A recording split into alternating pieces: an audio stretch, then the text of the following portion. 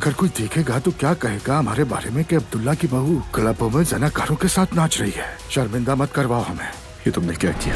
क्या किया? कैसे नाइट क्लब में तुम शराब का गिलास थामे गैर मर्दों के साथ नाच रही थी? तुम्हें जरा सी भी शर्म नहीं आई? अजलान आराम से बात कर। डिनर करना है घर वालों के साथ, तुमने झूठ बोला मुझसे। इस घर में जो भी फसाद करेगा उसे मेरे सामने जवाब देना होगा। तुम्हें पता है, मैं तो समझी थी मैंने रास्ते में कहीं गिरा दिया।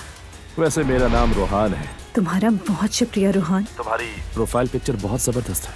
तुम्हारा कल रात का डिनर इंटरनेट पर वायरल हो चुका है। ये सब नहीं होता हमारे घरों में। हाँ लेकिन मैं तो ऐसी ही हूँ ना, तुम जानते हो ये। और नहीं चलेगा ये सब। मैं अपने माँ बाप की आंखों में भी नहीं देख पा रहा हूँ। तो बस जब हम मिले थे तो तुम जानते थे कि मेरी फैमिली कैसी है, तो अब तुम्हें क्या तकलीफ हो रही है उनके मॉडर्न होने से? काश मुझे पहले पता होता तो ये नौबत आती नहीं।